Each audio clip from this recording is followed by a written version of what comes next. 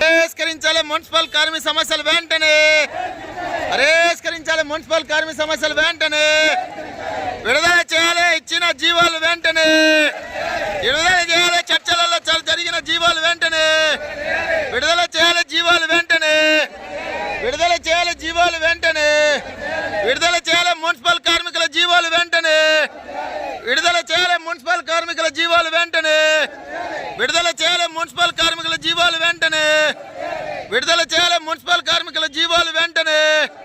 విడుదల చేయాలి సమ్మె కాలంలో ఇచ్చిన హామీలను నిలబెట్టుకోవాలి. సమ్మె కాలంలో ఇచ్చిన హామీలను నిలబెట్టుకోవాలి. సమ్మె కాలంలో ఇచ్చిన హామీలను నిలబెట్టుకోవాలి. సమ్మె కాలంలో ఇచ్చిన హామీలను నిలబెట్టుకోవాలి. సమ్మె కాలంలో ఇచ్చిన హామీలను నిలబెట్టుకోవాలి. సమ్మె కాలంలో ఇచ్చిన హామీలను. మున్సిపల్ కార్మికులందరూ కానీ రాష్ట్ర వ్యాప్తంగా అన్ని కార్పొరేషన్ మున్సిపల్ ఆఫీసుల వద్ద ధర్నా కార్యక్రమం చేయడం జరుగుతుంది. ఇందుకు ఏమనుకున్నప్పటికీ డిసెంబర్ 26వ తారీఖు నుండి మున్సిపల్ కార్మికులు 16 రోజుల పాటు సమ్మె చేయడం జరిగింది. మున్సిపల్ కార్మికులు ఆఫీసులో పనిచేస్తున్న కార్మికులకు వేతనాలు ఇవన్నీ కానీ అమలు చేయాలని, ఇంజనీర్ విభాగంలో కార్మికులకి టెక్నికల్ నాన్ టెక్నికల్ వేతనాలు చెల్లించాలని సమ్మె చేయడం జరిగింది. అందులో భాగంగానే ఈ రాష్ట్ర ప్రభుత్వం పండగ అయిపోయినాక కార్మికులకి 6,000 ఎదుతలు కలిపి 21,000 జీతం ఇస్తాను, దాంతోపాటు జీవోలు అమలు చేస్తామని చెప్పడం జరిగింది. ఇప్పటికి పండగ పోయి దాదాపు 10 రోజులు అవుతున్నా కానీ జీవోలు ఇంతవరకు కానీ విడుదల చేయలేదు.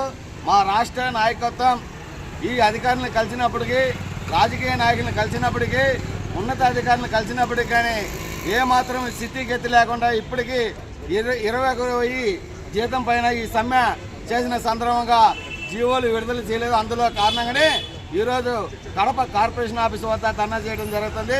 మరోవైపు ఇంజనీర్ విభాగంలో పనిచేస్తున్న కార్మికులకు అందరూ కానీ టెక్నికల్ నాన్ టెక్నికల్ వేతనాలు చెల్లించాలని కానీ మేము డిమాండ్ చేశాం. వీటన్నిటిపైన ఈరోజు కార్యక్రమం జరుగుతుంది.